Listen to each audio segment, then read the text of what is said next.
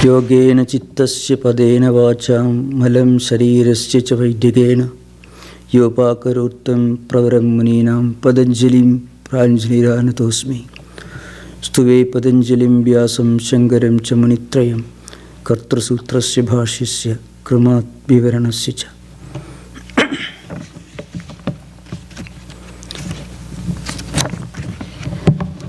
So during the last 3 sessions, we were dealing with this very important topic that is discussed in the first 2 sutras of the 2nd chapter, that is sadhana pada, that is kriya yoga. Tapa swadhyaya ishvara pranidhanani kriya yoga. Now, in the 2nd sutra, we already discussed how this practice of kriya yoga, practice of self-restraint, then unselfish action and resignation to God, how it helps us to destroy or remove some of the obstacles in spiritual life, obstacles which are called Klesa in this Patanjali system. In the 3rd sutra, Patanjali explains what these Klesas, what these obstacles are. Avidya, asmita, raga, dvesha, abhiniveshaha, pancha kleshaha.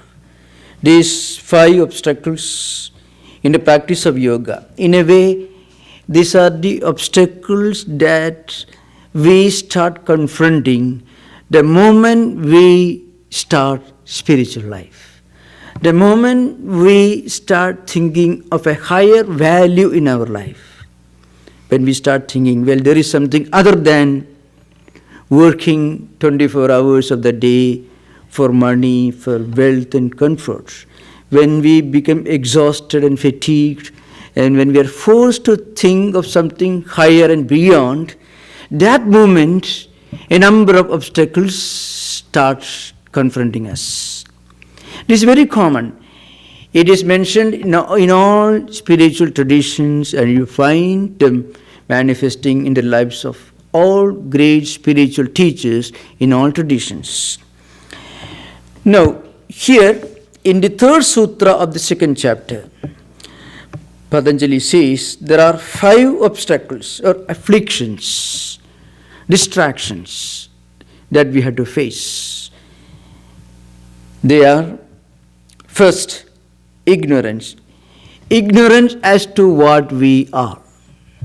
First of all, we have an idea of what we are, which is based on a mistake, an erroneous perception. We think we are this body, we think we are this psychophysical mechanism, which is a mistake. So, and this mistake is rooted in the ignorance of what we are. We are not just these psychophysical mechanisms. We are an all-pervading divine conscious entity which only expresses through this psychophysical mechanism. These psychophysical mechanisms come and go. They come into existence, which we call birth.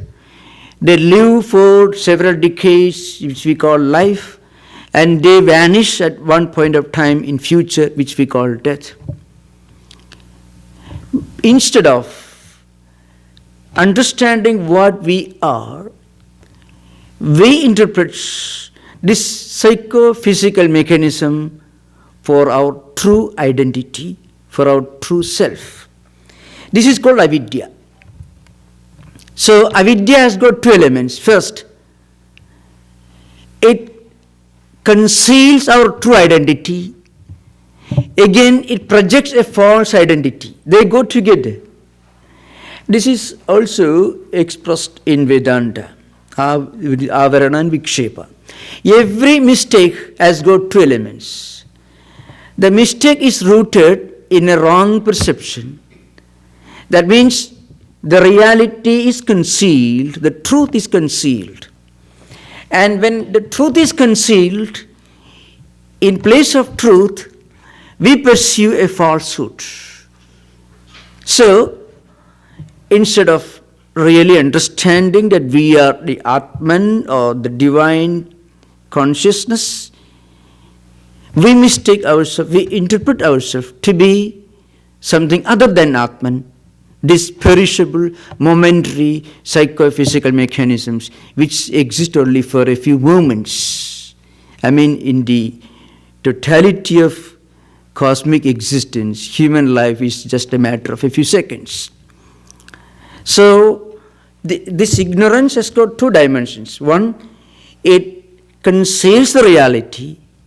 Second, because the reality is concealed, a false perception is projected. And when this happens, what follows is we believe, we identify ourselves as I am. When you say I am, I mean this small psychophysical mechanism. And that is the second Klesa or obstruction or afflictions. In fact, avidya or ignorance is the cause. Asmida, raga, dvesha, abhinivesha are the effects, the consequences. Yesterday, or in the last class, we discussed this point. Normally, our mind functions at three levels. I already explained this. In Sanskrit, we call bhoga, which is experience, and dvega or vega or udvega. I shall explain this. Well, our whole mental life, psychological life, if you analyze, in any psychological system, is centered around these three aspects. One, an experience. Second, a reaction to this experience. And this reaction can be of any of the three types. How do we react to an experience? Either we get drawn towards it, we become attracted towards that experience, which is called raga it is called. Obsessed with something. People become obsessed with something that is perishable and go after that. And then when they don't get it, they become angry, they become depressed, they become anxious. When they get it, attain it, they become happy. But anything in this relative world can never be a permanent entity. What comes has to go away. Everything that comes vanishes. So, what really happens? Mind is always forced to move in the direction of either raga or attachment, or its opposite, dvesha or aversion. You cannot love anything beyond a limit without hating something else. You can never be obsessed with something. I'm talking about a different kind of love affection. Please remember, it's not a love that we normally understand as a quality, as a virtue. When we become enslaved, when we become obsessed with something, material wealth, money, power, and when that obsession, that negative attachment, not positive attachment, love, affection, etc., but negative attachment, obsessions, when they completely enslave our mind, what happens? On the one hand, we become obsessed, drawn towards something, and then we also become distracted. We start moving away from something else. So first of all, we like something, and for that very reason, we dislike its opposite. So raga and dvesha. These are the two primary methods of the psycho-volitional, emotional reaction of human mind. These two. There is another one which we move away from it out of fear, which is abhinivesha, fear. So, extreme attachment to the point of being enslaved by it, and its opposite, aversion or hatred, that is second. The third, fear. What we are afraid of, we move away from it. we try to go away from it. So these are the three methods of psychophysics: psychological, volitional, and emotional reactions of the mind. Now these are called klesas. These klesas manifest through these emotions. Well, I am the physical body, and therefore I like some certain things, I hate something else, and I am afraid of some other things. These are called klesas. Now, these klesas got one peculiar characteristic. We become aware of their existence only when we start spiritual life. You can experiment with your own mind. If you are leading a normal life without any attraction for anything higher, being part of the biological flow, biological evolution, many people don't have conflicts because they are part of the biological life as a whole. But the moment you start thinking of something higher, it's like starting to swim against the current. You won't feel the pressure of the flow of the current of water unless you start swimming against the current. And a human being becomes cultured and civilized to the extent that he or she tries to swim against the current. If you are just moving according to the current, we are not different from animals. That current is called instinct. That current we call is called instinct, the biological, the psychological, the physical instincts. The moment we start thinking of something higher, something spiritual, well, what's the meaning of life? What's the meaning of death?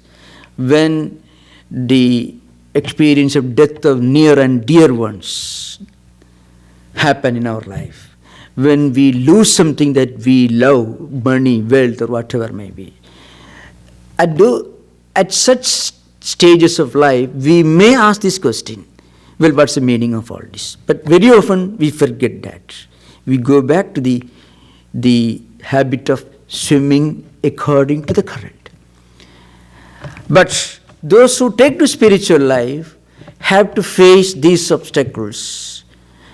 It is not to frighten that Patanjali described these obstacles, but in order to prepare our mind to face them so that we can move ahead in spiritual life. So these are the three types of mental reactions to experiences in this life. Experience itself is called bhoga.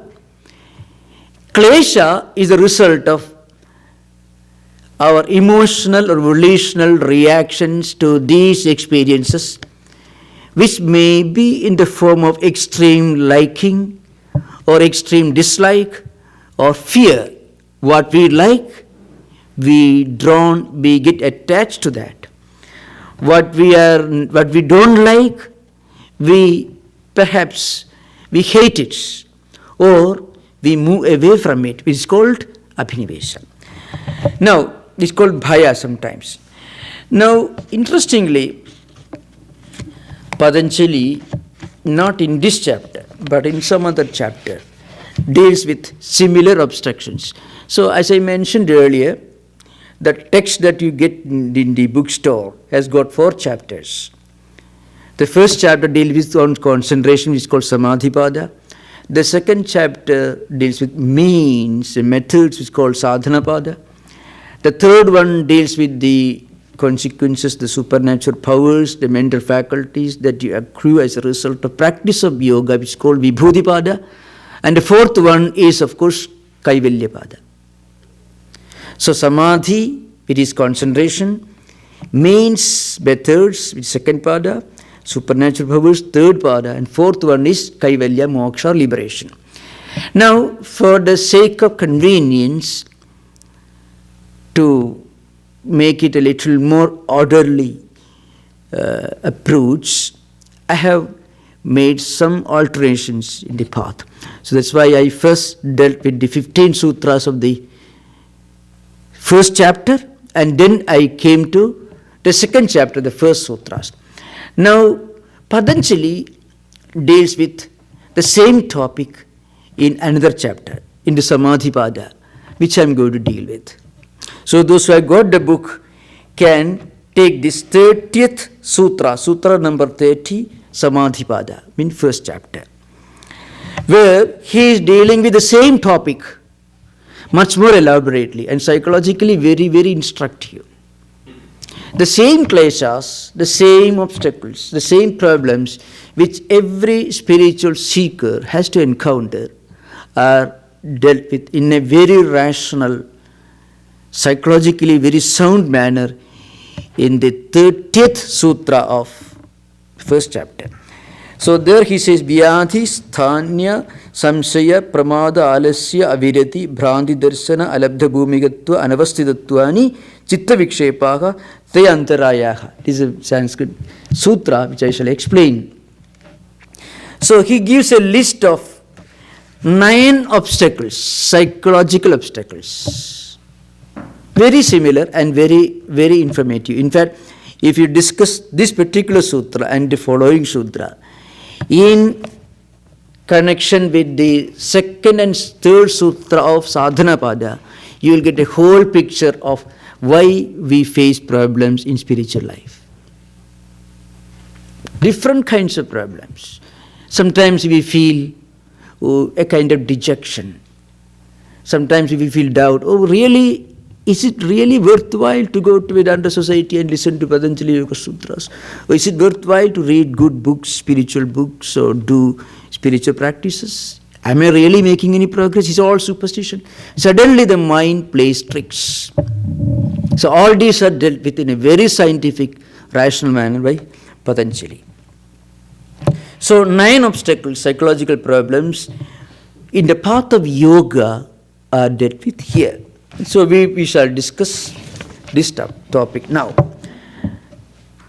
These are all psychological obstacles. In fact, in the following sutra, in the 31st of the first chapter, Samadhipada, he deals with the external manifestations of these psychological problems. So very elaborate. It's a wonderful psychological science that Patanjali is presenting before us. First of all, he dealt with the Klesas. And now he is dealing with the subject of how these Klesas, these obstacles, manifest as psychological distractions the moment we start taking the first step in spiritual life. And in the next sutra, he deals with the external manifestations, physical manifestations. So we will deal with this subject. He says first Vyadhi. Vyadhi means disease. The disease or Vyadhi means both mental afflictions like extreme attachment, obsession with certain things, and extreme hatred for certain other things, and again a fear to move away from certain other things. This is the first one. Now he says all these problems can be solved. He says all these problems can be solved, and he will describe the later through one method which is called Pratipaksha Badhanam, which means through the mechanism of counter thoughts. Suppose we feel extreme hatred for something or somebody. We should think of its opposite psychological emotion. Hatred, irrational hatred for somebody. Then we must think of its opposite psychological emotions like love, affection, the love of God for mankind, for creation, and so on. If we feel fear, then we must think of the perishable nature of that object that creates fear. Because often fear is rooted in the conviction that we are this body, and the object that creates fear, that invokes fear, will do harm to us. But this is possible only so long as we interpret, we define ourselves, we understand ourselves to be these psychophysical mechanisms. The moment we project a counter thought to neutralize this problem of fear by a kind of auto-suggestion, as you may call, well, I am the Atman, I am the imperishable, eternal reality. That moment, the fear can be countered. Now, he says, this mechanism of counter thought to neutralize obstructions and psychological problems and negative emotions can be strengthened and enriched through Kriya Yoga that we already discussed earlier. Kriya Yoga. Kriya Yoga has got three elements: Tapa, Swadhyaya, Ishwar Pranidhana.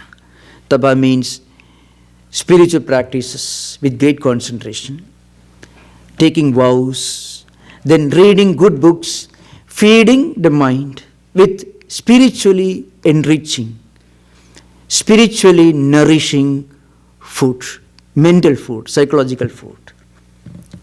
Just as bad food, unhealthy food makes the body sick, bad intellectual food, bad ideas will make the mind sick. So we must keep the mind healthy by feeding it with good, healthy spiritual food. Reading good books, trying to divert the five senses of perception and mind to creative audio visual objects and experiences, which will bring in spiritually helpful ideas, harmless ideas. This is Swadhyaya. Ishwar Pranidhana has got a great psychological implication in Patanjali system and also in Vedanta, in Christian mystical traditions, and also in the devotional philosophical system of different traditions. See, first of all, I can just quote one statement from Swami Vivekananda's teacher, Sri Ramakrishna. Sri Ramakrishna Paramahamsa once stated that a person who is very calculating, with a strong calculating mind, can never become spiritual. In fact, if you read the life of great men, you find those who have very strong calculating mind, they belong to the mediocre type. Because when we calculate too much, when we rationally analyze whatever we do, whatever we think too much, what happens? We are limiting ourselves. We are bringing ourselves down to the level of earth. Because everything in this world follows a kind of mathematical system. The five elements and the principles. The earth has to follow the principle of gravitational pull. So the whole cosmic entity has to follow a kind of built-in rhythm, which is very precise, which is well programmed. Swami Vivekananda says, people who follow the ordinary logical method of perception can never really understand the true meaning of spiritual freedom. And in that context, he gives a very interesting story. He speaks of, in a very, very wonderful imagery. Swamiji says, suppose a worm is crawling down the railroad.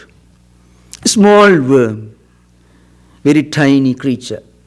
It may live only for a few minutes, maybe a few hours. And a huge locomotive is coming from the opposite direction. Now, if you analyze this worm, we can easily understand that it is very weak in contrast to the huge locomotive which moves very fast 200 miles, 300 miles an hour, it may move. And it is so strong, so powerful. And the worm is so tiny, so slow, so insignificant. But there is one difference. The worm can, if it wants, crawl out of the railroad track and save itself. But the locomotive cannot do that unless it borrows intelligence from the driver of the locomotive. He has to apply a brake for it to stand. So the huge locomotive has no freedom of choice. It is working on borrowed intelligence. The huge crawling worm has its own intelligence. So if it wants, it can save its life by crawling out of the railroad. Now, what's the difference between a crawling worm and a spiritual seeker? A crawling worm, in a way, it belongs to the same category as the most powerful, the best educated, and the most refined scientist who lives by dry, earthly calculation. 2 plus 2 is always 4 for a scientist. The same law functions at the level of the crawling worm because it also functions according to its own instinct. Now, through the practice of yoga, you can bring the human out of the animal, and you can bring the divine out of the man, out of the human beings. That's one of the definitions of Swami Vivekananda. Yoga is that which brings out the divine from the human. So it helps the animal to evolve towards the human level, and it helps the human beings to evolve to the divine level. So when do we evolve from the human to the divine level? When we stop calculating. Because when you calculate, when you do everything based on mere calculation, what happens? You're shutting the door for the higher nature, for the transcendental reality to function through you. You're shutting the doors and windows. The moment you stop calculating, you're opening the doors to the divine principle, to God to function through you. God doesn't bother so long as you are taking care of yourself and you're fully convinced that you can take care of yourself. So the point is this. So Ishvara Pranidhana is a third element in Kriya Yoga. And when you completely surrender yourself to a higher transcendental reality, what happens? It starts functioning through us. So that moment, we evolve from the human towards the higher divine spiritual dimension. So, according to great commentators like Vyasa and many other commentators who wrote commentaries on this verse, Kriya Yoga is nothing but the result of Ishvara Pranidhana. Ishvara Pranidhana, kind of mental resignation to God's will take care of or will remedy all other inadequacies that we may have to confront. So, now the point is this, when we do this, what happens? This psychological affliction, like Vyadhi, goes away. So Vyadhi or disease, psychological mental afflictions in the form of extreme liking for something, extreme hatred for something else, and fear, all these will vanish the moment when we practice Kriya Yoga, the moment we surrender ourselves to a higher divine force. So that's the connection between Kriya Yoga and the solutions or the remedy of the problem of spiritual distractions. The second obstacle is sthanyam, it is called. It's a kind of a state of mental impasse caused by repressed thoughts. When, see, sometimes in spiritual life, thought currents, samskaras, vasanas, tendencies, all these that we may have gathered and accumulated sometime in the past, not necessarily in this life, any time in the past, they start fighting among themselves. We are not in a position to decide. This happens when we make some progress in spiritual life. For at the first stage, it doesn't happen. At the beginning of spiritual life, you find we are very enthusiastic. When we start practicing spiritual life, at the beginning of the beginning, we will find we become very enthusiastic. But after making some progress, this impasse, the state of mental impasse caused by repressed thought currents and conflicts will come to the surface. At that moment, all this doubt, samsaya, the third problem. Well, after all, it's all meaningless. Someday this kind of thoughts come. What is spirituality? What is God? What is yoga? Is it really, after all, is really worth anything? Such thought currents will afflict the mind. In fact, if such thought currents come, you should know you are sincere, you are on the right track. If at the beginning you had no problem, then means you had not begun the beginning. If one sign of the fact that you are on the right track is that you start facing these problems. That's the view of the commentators. People who have no problems have not started the journey. So, the third psychological problem or obstacle that we may confront is called samsaya. They are called antarayaha. Iti ete nava vikshepaha. Vikshepaha means antaraya, means distractions, mental distractions. Something that takes you away from your track or slows down the journey. Something that creates a stumbling block in the form of sudden emergence of strong likes and strong dislikes and fear, or a kind of inexplicable mental impasse, state of mental impasse. We don't know what to do. We feel we cannot move an inch forward. And again, the third problem, these are all interrelated. Frequently, they become interrelated, interdependent. The third problem is doubt, that is called samsaya, in doubt. Is it really possible? What happens when you are in doubt? Your whole journey gets slowed down. Mental energy will be dissipated. Enthusiasm will be killed. And you start doubting. Again, frequently many spiritual seekers need some other blows to make them open their eyes. So, the wise are those who don't wait for the blows to come to turn to spiritual life. But those who are forced to turn to spiritual life under the weight of blows are certainly better than those who never open their eyes, who perpetually remain in a state of spiritual sleep. So the third problem that Patanjali deals with is samsaya. I mean, it's a kind of self-doubt. And the third and fourth one is pramada or carelessness. That's so cool. That also you find among students also. Sometimes you find among students in professions. When you are working for a career, in different professions you find.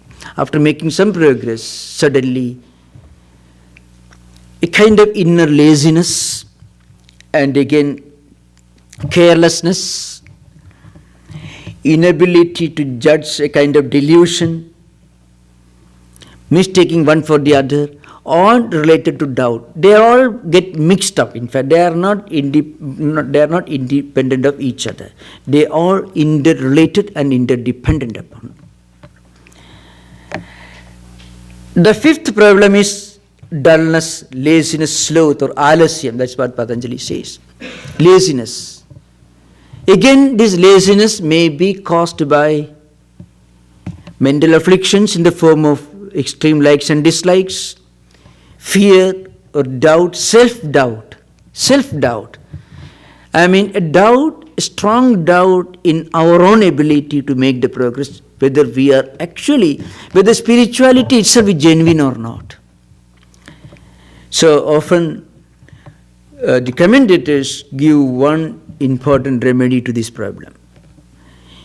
They say, when you are in doubt whether you are following a path which is worthwhile, you should make sure about one thing.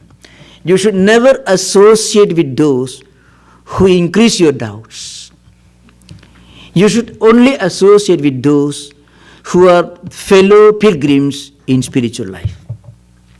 If you always associate with those who are interested like you in spiritual life, then our own conviction gets strengthened, our own spiritual life gets enriched. Otherwise, what happens? It gets weakened. Every wrong association has a disastrous effect of weakening our conviction, increasing sloth, the alasyam, as Patanjali says, one of the important psychological problems. And every kind of wrong association can also increase self-doubt, samshaya. And a good association with fellow spiritual pilgrims, fellow spiritual travelers, fellow spiritual seekers will help us to get rid of this doubt, sloth, all these psychological problems. So, another problem, sixth one, is avirati, means a kind of inability to give up pleasure seeking. Means in the beginning we enthusiastically give up all interest in worldly pleasures and we take nothing wrong in it, but not getting obsessed with worldly things. But gradually they come back to our mind. Some other sutras explain this, how these klesas and obstacles come back to the mind. Through the practice of Kriya Yoga, we can neutralize the strength, the power of these obstacles and problems. But sometimes they do not get fully neutralized. Sometimes they remain in a dormant state. Negative tendencies, impressions and vasanas may be accumulated in the mind stuff. They may remain there. And when an appropriate, a favorable external condition presents itself, these negative tendencies, these inherent problems that we have already neutralized to some extent may re-emerge. According to Vedanta, we have to remember, I should state that in both yoga and Vedanta, life is not a single journey. Life is a continuous eternal process. Life, human existence, is interpreted as an endless cycle and not as a journey that begins with with birth, ending with death. It's not that we begin life when we are born and our existence comes to an end at the time of death, either by going to heaven or being condemned to hellfire. No. According to Vedanta and Yoga, whatever tendencies, good impressions or bad impressions that we have accumulated in the mind stuff, through these cycles of endless lives, remain there. And when we practice spirituality, when we do spiritual practices, we try to neutralize them, and the negative samskaras, tendencies become weakened, and positive samskaras become stronger and stronger.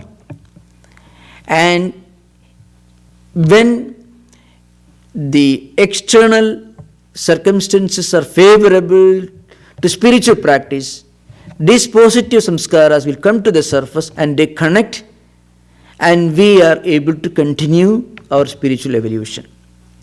But the other side, the opposite is also true. When the circumstances are not favorable or when they are negative samskaras also can re-emerge in the mind stuff, and they also can connect. So that's why the great teachers make it a point to stress holy association. Holy association means association with people whose association will help us in our spiritual life. And an effort to avoid associations with people whose association will weaken our spiritual life by increasing doubts, by making us doubtful, skeptical about the very value of spiritual life. So that's why it is called alasyam, or dullness. Then avirati. Then bhranti darshana. In fact, that is also a frequent problem. Bhranti darshana could mean false experiences. Of course, it is a very elaborate subject, and this is dealt with in many other commentaries. They don't go very deep into it, but you can understand its different implications if you read some well-known books on abnormal psychology. For example, when we practice prolonged meditation in solitude at midnight, out of great enthusiasm with elaborate pranayama, breathing exercises, then we are heading for a lunatic asylum. That's in fact, the commentators give some very strong warning. Before the practice of intense spiritual sadhana, we must make our mind ready to bear the weight and to observe the changes that take place in our mind. So slowly, by the practice of swadhyaya, that means reading spiritual books, associating with great spiritual teachers, and developing attitudes, and engaging as frequently as possible in activities which are not harmful to spiritual life, and avoiding activities which are harmful to spiritual life. By this process, mind should be made ready before we take up intense spiritual practices. Otherwise, for example, pranayama without yama, niyama, etc., internal and external disciplines, which of course which will be dealt with in the sadhana pada in the same chapter. It comes later afterwards. It's also related to kriya yoga. Those who practice intense meditation for long hours, or breathing exercises, should be fully established, should try to get established in disciplines like non-violence, truthfulness, absence of greed, then purity of life, and not having desire for things which belong to others, and inner contentment, purity, external and internal purity, reading of good books, and complete surrender to God. Any of all of these spiritual disciplines should be practiced simultaneously when we practice spiritual sadhanas with great intensity. Otherwise, sometimes you feel that you have seen an angel in front of you, you have seen God himself manifesting in front of you. Well, there is a sign. If that vision makes you calm and quiet and tranquil, fine. If it makes you more violent and hate others more and more, then it's the opposite.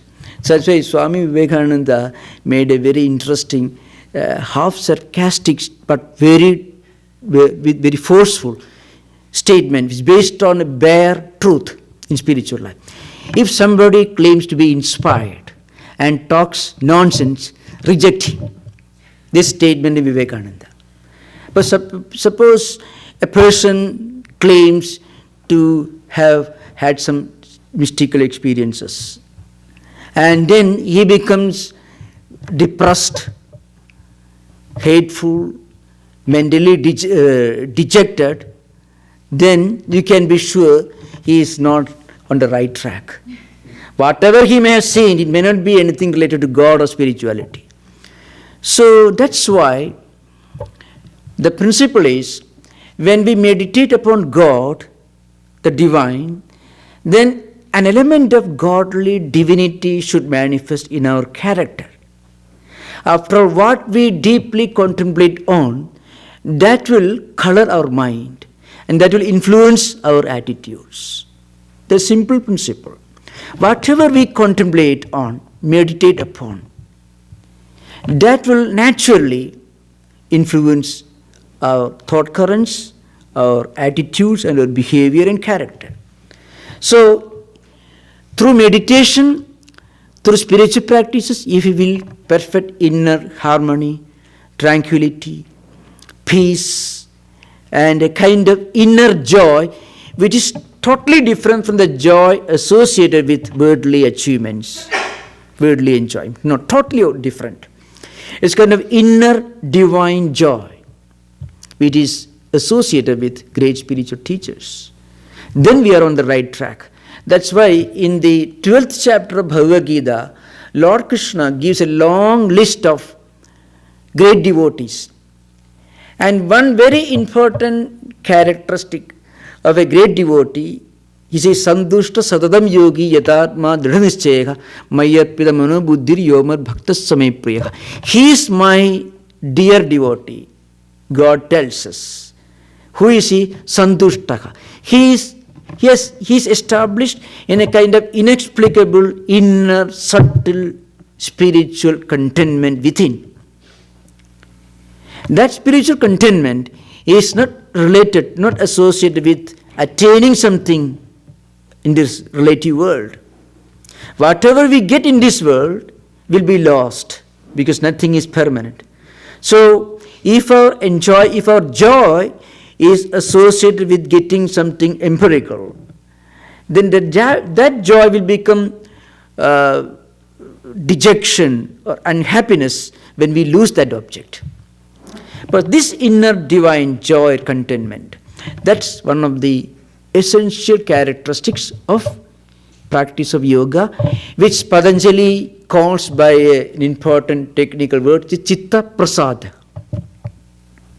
The kind of inner, mental, divine contentment, which is inexplicable, which is totally indescribable, but which is very real and very intense and very really felt the moment we start our life towards spiritual goal. That's the idea behind.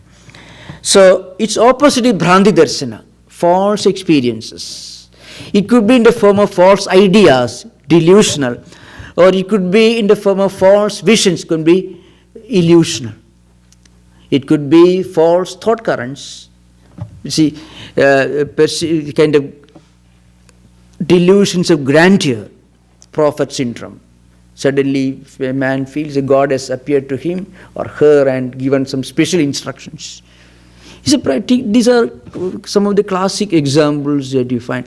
If that person at the same time manifests great wisdom, great contentment, love for mankind, perfect tranquility and serenity, then there is some truth in that.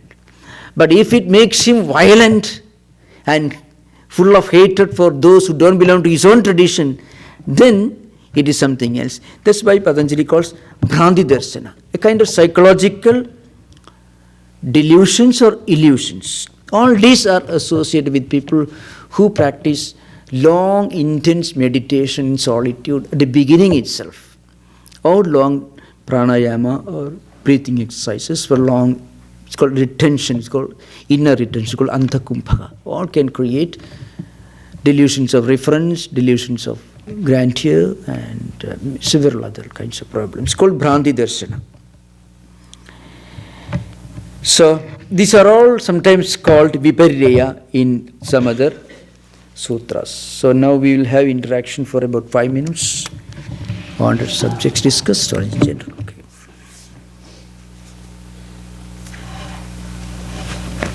So any topic that you want to discuss, discuss.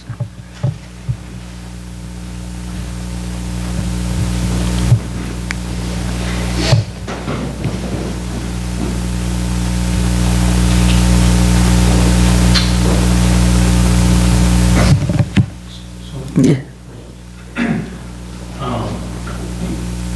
We're talking a bit about how a person should go against the current, and swim against the current to learn and become more spiritual. I just thought of a brief example in Bhagavad Gita when Krishna and Arjuna are having a conversation. Krishna suddenly tells, or Arjuna tells him that. Why should I fight this battle? Why should I do this? And when Krishna gives him examples and tells him about the Muni and the spiritual people, and Arjuna says, why can't I become like that? Why can't I just become spiritual and go on the spiritual path, go against the current? But then Krishna tells him, no, just keep doing what you're doing, do your duty, go with the current in a way.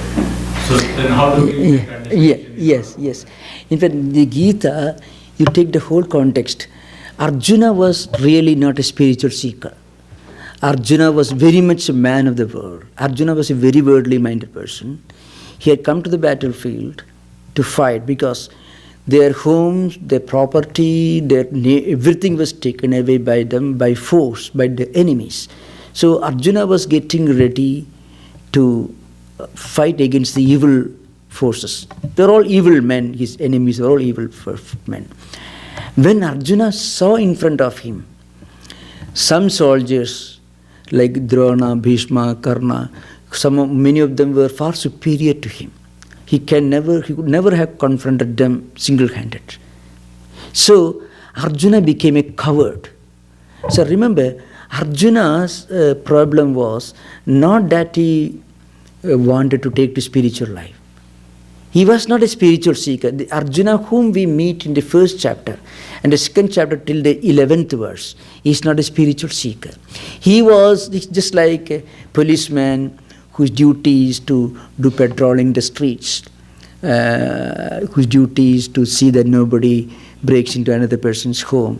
Suddenly, if I am afraid, so I will rather sit here somewhere. But I want my salary, all right.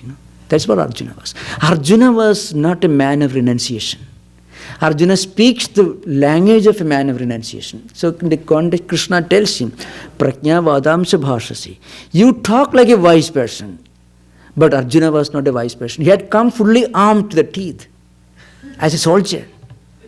When he found there was some other soldiers who were much more powerful than him, then here discretion is better part of valor, Shakespeare's statement. So he said, I would rather be a philosopher. So Krishna understood Arjuna was trying to run away from his duty. He wanted all the results of his action. He wanted wealth. He wanted comforts. That's why he came there. So Krishna understood Arjuna very well. Till that moment, Krishna was with him all the time. Suddenly, when the call of duty came, he was giving a very false justification for his laziness and indecision. So Krishna told him, look here, by avoiding duty, you can never attain wisdom. First of all, you must give up your laziness, do your duty. If you cannot do your duty without attachment, you do your duty with full attachment. That's far better than running away from your duty due to laziness and cowardice and ignorance. And again, the word used, Krishna calls him a hypocrite. Karmendriyani samyamya yastaya manasasmaran indriyarthan vimudhatma mithyacharaha sauchyade. Krishna tells Arjuna, you know what it means? You don't want to work, but your mind is full of desires. You are not a man of renunciation. You sit there dreaming about the good results of performing duty and responsibility. You have no renunciation, but you are lazy, so you want to withdraw from action. That is karmendriyani samyamya. Such a man is called a hypocrite. Mithyachara means hypocrite. Krishna understood this. And later in Uttara Gita, Arjuna confessed that he was wrong.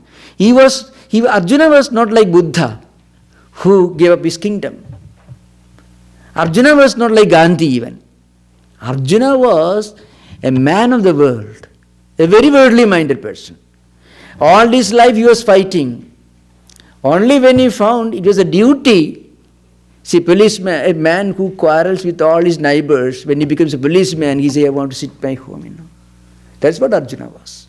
So every person has to perform his or her appointed duty and responsibility. First of all, he must give up laziness and do his or her duty with enthusiasm, with great concentration. Next stage, he should perform the same duty without selfish motive. So there is an evolution. And the third stage, you should get fully established in this unselfish action. It is karma yoga nishtha, it is called. Then fourth stage is wisdom. So remember this. The worst stage is to run away from one's appointed duties and responsibilities, just like a teacher who refuses to teach in a university, a mechanic who refuses to fix a machine, and then keeps quiet. That person, first of all, should give up his laziness, lethargy, and delusion. And next stage, he should do his duty. If he cannot do his duty with an attitude of total unselfishness, he should do his duty with selfish motive. That's how we evolve from kindergarten to primary school, then to higher levels.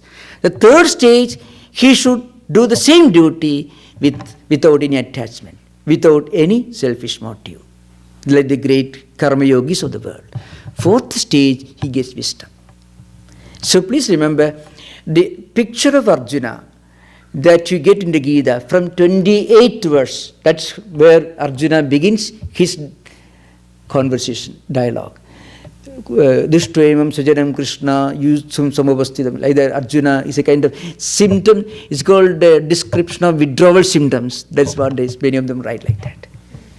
Till the 9th verse of 2nd chapter, Arjuna is presenting before you a picture, a person who wants comforts in the world, who wants money and wealth, but not willing to work. Such a person should first of all give up, shed this laziness, work, and then get something, then give up. A beggar who asks you for $1, $2, anything will help. And if that person says, I don't believe in money, everything, what is there in money? He's a hypocrite. So first of all, he should get some money, then he should learn renunciation, and then he will evolve. That is the evolution of Krishna's mind in Gita. From the 22nd verse in the 1st chapter to the last statement that Arjuna tells, Nashto moha smidil labdha tut prasadar maya chudas chidosmi gadasandeha karishi vajanandava. Arjuna tells, I shall do according to your instructions. What does it mean? Krishna told Arjuna this process, and he understood it's always better to do one's duty than to run away from one's duty out of fear, out of lethargy, out of laziness. That's it. Okay, so now we will conclude. Om Shanti Shanti Shanti Hari Om Darshan Sri Ram Krishnarpanamastu.